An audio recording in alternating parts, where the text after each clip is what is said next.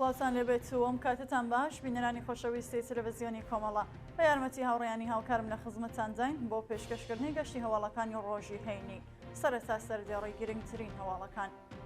دۆخی خراپی تەندروستی عوسمان ئیسماعیلی لە زیندانی سەقز، ناجێگیربوونی دۆخی تەندروستی کۆڵبەرێکی بریندار لە مەریوان، نامێدایەکانی چوار بەندکراوی سیاسی بۆ نوێنەری مافی مرۆڤی نەتەوە یەکگرتووەکان، خۆکوژی منداڵێکی تەمەن 15 ساڵ لە مەهاباد، کۆبوونەوەی کوردانی وڵاتی اسکاتلەند دژ بە تورکیا، پەیوەستبوونی دەیان چالاکی سیاسی و مەدەنی بە مانگرتنی بەندکراوانی زیندانی ئەڤین و بێبەرەبوونی 30,000 قوتابی کەمەندام لە خوێندن.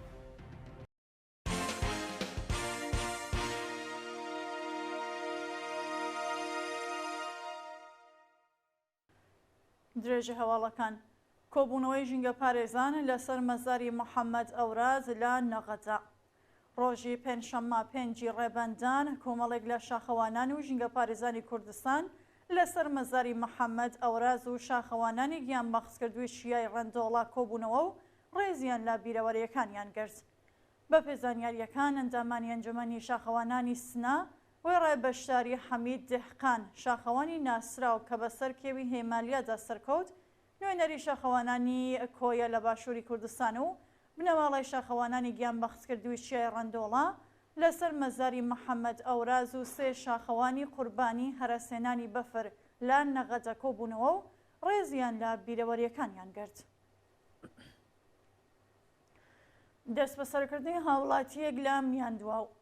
ڕۆژی پێنجشەممە 5 ڕێبەندانی 1402 هاوڵاتیەکی خەڵکی گۆندی گامێژگوڵی سەر بە میاندواو بە ناوی شەهرام ڕەنجبەر لەلایەن دەرێسڵاتەوە دەست بەسەرکرا. بە پێزانیاریەکان هێزەکانی ڕەژیم بەبێ بەڵگەی قەزایی هێرشیان کردوتە سەر ماڵی شەهرام ڕەنجبەر و وی ڕای دروستکردنی کەشوهەوای ترس و دڵەڕاوکێ بەسەر ئەنجامانی بنەماڵەکە ئەو شارۆمەندەیان بە تونند و تیژیەوە دەست بەسەر کردووە. تاکو و کاتی داڕشنی ئەم هەواڵە هیچ زانیاریەک لەسەر هۆکاری بەندکران و شوێنی ڕاگیرانی شەهرام لەبەردەستانیە. دۆخی خراپی تەندروستی عوسمان ئیسماعیلی لە زیندانی سەقز. عوسمان ئیسماعیلی چالاکی کرێکاری خۆشناوی شاری سەقز ماوەی 73 ڕۆژ لە حکمی 16 مانگ زیندانی لە بەندیخانەی و شارە تێپەڕ دەکات، بەڵام وی ڕای دۆخی خراپی تەندروستی بەرپرسانی زیندان لە گواستنەوەی بۆ نەخۆشخانە خۆدەبوێرن. عوسمان ئیسماعیلی تووشی نەخۆشیەکانی فەتق، هەناسە سەنگی، ڕۆماتیسم و دڵە، بەڵام بەرپرسانی زیندانی سەقز سەرڕای بڕیاری پزیشکان بۆ بەستەریکردنی لە نەخۆشخانەی جڕەوەی زیندان ئەو چالاکە کرێکاریان لە دەستڕاگەیشتن بە دەرمان بێبەش کردووە. کۆمیتەی هەبەرگەری لە عوسمان ئیسماعیلی پێشتر لە شەنبە بەیاننامەیەکدا سەبارەت بە دۆخی تەندروستی و چالاکە کرێکاریە هۆشداری جا بۆ بەرپرسانی ئەمنی و قەزای سەقز و ڕاگەیاندبوو کە پاراستنی تەندروستی عوسمان ئیسماعیلی لە ئەستۆی ئەوەندەیە. عوسمان ئیسماعیلی پێشتر لەلایەن لەقیەکی دادگای ئینقلابی سەقز بە تۆمەتی ئەنجامەتی لە کۆمەڵە بە 31 مانگ و 15 ڕۆژ زیندانی سازیری و بە تۆمەتی تەبلیغ دژی نیزام لە ڕێگەی بەشداری لە مەراسمی ناشتنی تەرمی ژینە ئامینی بە 7 مانگ و 15 ڕۆژ زیندان مەحکوم کرابوو. ناجێگیربوونی دۆخی تەندروستی کۆڵبەرێکی بەریندار لە مەریوان.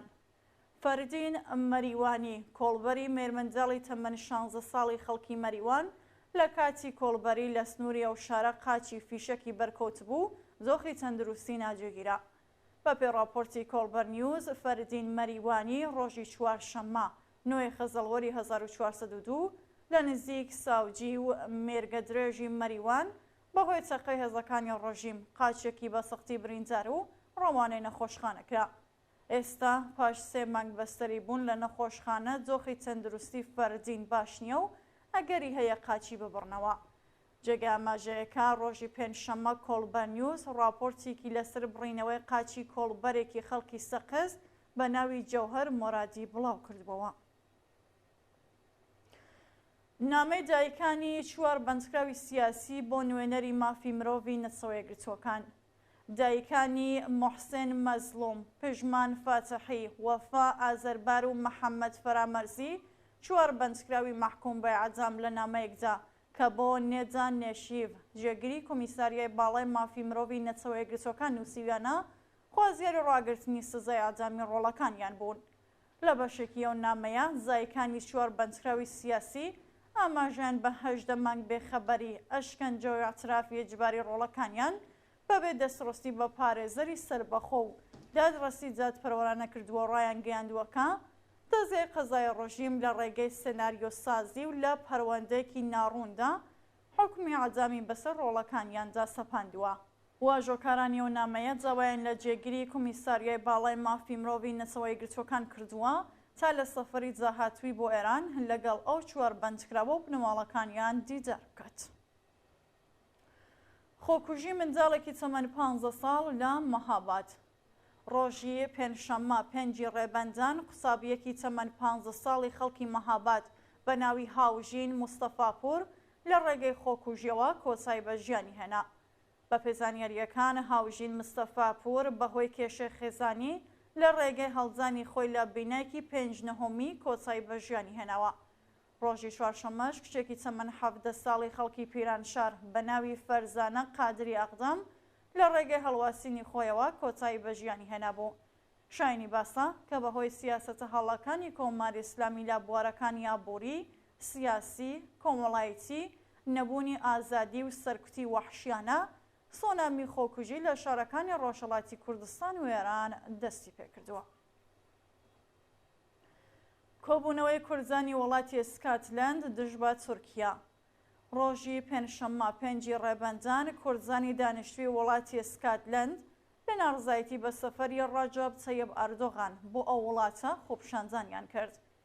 ڕۆژی ڕابردوو ئەردۆغان سەرۆکۆماری تورکیا پاش واژۆکردنی پەیوەستبوونی سوید بە پەیمانی ئەتلانتیکی شۆمالی ناتۆ بۆ وڵاتی سکاتلەند سەفەری کردو لەلایەن بەرپرسانی وڵاتەوە پێشوازی لێکرا. هاوکات لەگەڵ سەفەری ئەردۆغان بۆ ئیسکاتلەند کۆردانی دانیشتووی وڵاتە لە سێرشەکانی تورکیا بۆ سەر ڕۆژاوای کوردستان ناڕزایەتیان دەربڕی و ڕەخنەی توندیان لە بەرپرسانی دەوڵەتی ئیسکاتلەند کرد. ناڕزایەتی کرێکارانی شارەزاری سیسەخت. کرێکارانی شارەزاری سیسەخت لە پارێزگای چوارمەحاڵ و بەختیاری ڕۆژی پێنجشەممە 5 ڕێبەندان لە ناڕزایەتی بە نەزانی 13 مانگ هەقدەست ناڕزایەتیان دەربڕی. بە وتەی کرێکاران پەرداخ نەکردنی 13 مانگ هەقدەست دەیان کێشەی معیشەتی و دەرمانی بۆ کرێکارانی شارەزاری و بنەماڵەکانیان ساز کردووە. تا بامڕۆ چەندین جار لە ئازدۆخی خراپی پیشەی و معیشەتی ناڕزایەتیان دەربڕیوە بەڵام هیچ بەرپرسێک نەچووە بەجەم جاخوازیەکانیانەوە. پەیوەستبوونی دەیان چالاکی سیاسی و مەدەنی بە مانگرتنی بەندکراوانی زیندانی ئەڤین. ڕۆژی پێنجشەممە 5 ڕێبەندان دەیان چالاکی سیاسی، مەدەنی، کرێکاری و بەندکراوانی سیاسی پێشوو پەیوەست بە مانگرتنی 61 ژنی بەندکراو لە زیندانی ئەڤین بوون. بە پێزانیاریەکان 112 معالەمی شاغڵ و خانشینکراو چالاکانی کرێکاری و مەدەنی لە بەیاننامەیەکدا پەیوەستبوونی خۆیان بە مانگرتنی 61 بەندکراوی ژنی زیندانی ئەڤین دژ بۆ عەزام ڕاگەیاند.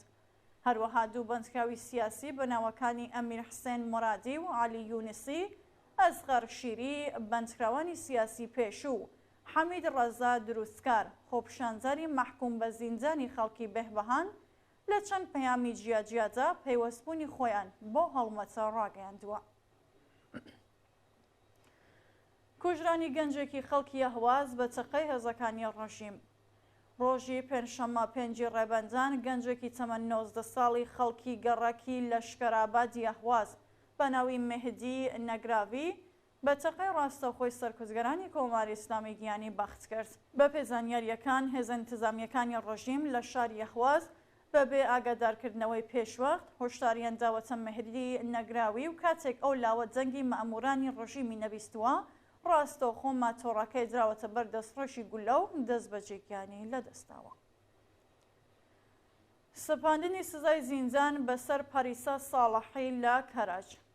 بەپێ راپۆرتی ناوەندەکانی مافی مرۆڤ دەستگای قەزای ڕۆژیم لە شاری کەرەج سزای 1 ساڵ زیندان و کۆمەڵێک سزای تەکمێڵی بەسەر پەریسا ساڵحی هەواڵنێری ڕۆژنامەی ئابووریدا سەپاندووە. پەریسا ساڵحی خەرمانانی ئەم ساڵ لە ماڵەکەی خۆیجار لەلایەن هێزەمنیەکانەوە دەست بەسەر کرا. هێزەکانی حکوومەت دوێ ڕایپشکنینی ماڵی ئەو ڕۆژنامەوانە دەستیان بەسەر کۆمەڵێک لە کەلوپەلی شەخسی ناوبراوداگرتووە. بە پێ حکمی جادگای انقلابی کەراش، پەریسا ساڵحی بە تۆمەتی تەبلیغ دژی نیزام بە 1 ساڵ زیندانی تاعزیری، 2 ساڵ قەدەغەی سەفەر بۆ جەرەوەی وڵات، 2 ساڵ قەدەغەی چالاکی لە تۆڕە کۆمەڵایەتیەکان و 2 ساڵ دوورخرانەوە بۆ شاری زەنجان مەحکوم کراوە. بێبەرەیبوونی 30,000 قوسابی کەمەندام لە خوێندن. جێگیری پەروەردەی سەرەسایی وەزیری ئامۆزش و پەروەرشی کۆماری ئیسلامی ڕۆژی پێنجشەممە 5 ڕێبەندان ڕایگەیاند نزیکەی 30,000 قوسابی کەمەندام لە ئێران لە پرۆسەی خوێندن بێبەشن. بە وتەی ئەو بەرپرسەی ڕژیم 30,000 کەمەندام ناتوانن بچنە مەدرسە لەبەر ئەوەی کە نەماڵەکانیان هەژارن و توانایی جابینکردنی ئیمکانات و هەزینەیان نییە، هەروەها دەوڵەت نێتوانیوە ئیمکاناتی پەروەردە و هاتوچۆ بۆ کەمەندامان دابینکات. بەرپرسانی ڕۆژیم پێشتر باسییان لە دوورکردنەوەی 140,000 قوتابی قۆناغی سەرەسایی لە پرۆسەی خوێندن کردبوو، هەرچەند بە وتەی وەزیری ئامۆزش و پەروەرشی ڕژیم بەشێک لەو 140,000 کەسە گەڕاونەتەوە بۆ مەدرسە، بەڵام هێشتا ڕێژێکی بەرچاو لە قوتابیانی قۆناغی سەرەتایی لە خوێندن بێبەشن. دووە هەواڵ خۆپشاندانی کەشاوەرزان و دژبەرانی یاسای پەنابەریەتی لە فەڕەنسا. ڕۆژی پێنجشەممە 5 ڕێبەندان سەدان شارۆمەندی فەڕەنسەوی دژ بە گۆڕانی یاسای پەنابەریەتی لە وڵاتە کۆبوونەوە و کەشاوەرزانی ناڕازیە وڵاتەش تەراکتورەکانیان گەیاندە شاری پاریس و شەقامەکانیان داخست. بەپێ راپۆرتەکان پاشەوە شۆرای یاسای بنەڕەتی فەڕەنسا 30% بابەتەکانی گەڵاڵەی گۆڕانی یاسای پەنابەریەتی ڕەتکردەوە. سەدان کەس لە شاری پاریس کۆبوونەوە و خوازیاری هەڵوەشانەوەی بڕیارەکانی دەوڵەت بۆ سەختکردنی یاسای پەنابەریەتی بوون. لە لایەکی دیکەوە کەشاوەرزانی ناڕازی فەڕەنسا پاش چەند ڕۆژ مانگرتن خۆیان گەیاندە شاری پاریس و بە تراکتورەکانیان شەقامەکانیان داخست. کەشاوەرزانی ناڕازی خوازیاری کەمکردنەوەی باج، پێدانی پشکی سوتەمەنی، قەدەغەی هاوردەکردنی بەرهەمی کشت و کاڵی لە وڵاتانی دیکە بوون. بینەرانی خۆشەویست، هەواڵەکانتان پێشکەشکە هەر شاد و وەسپ.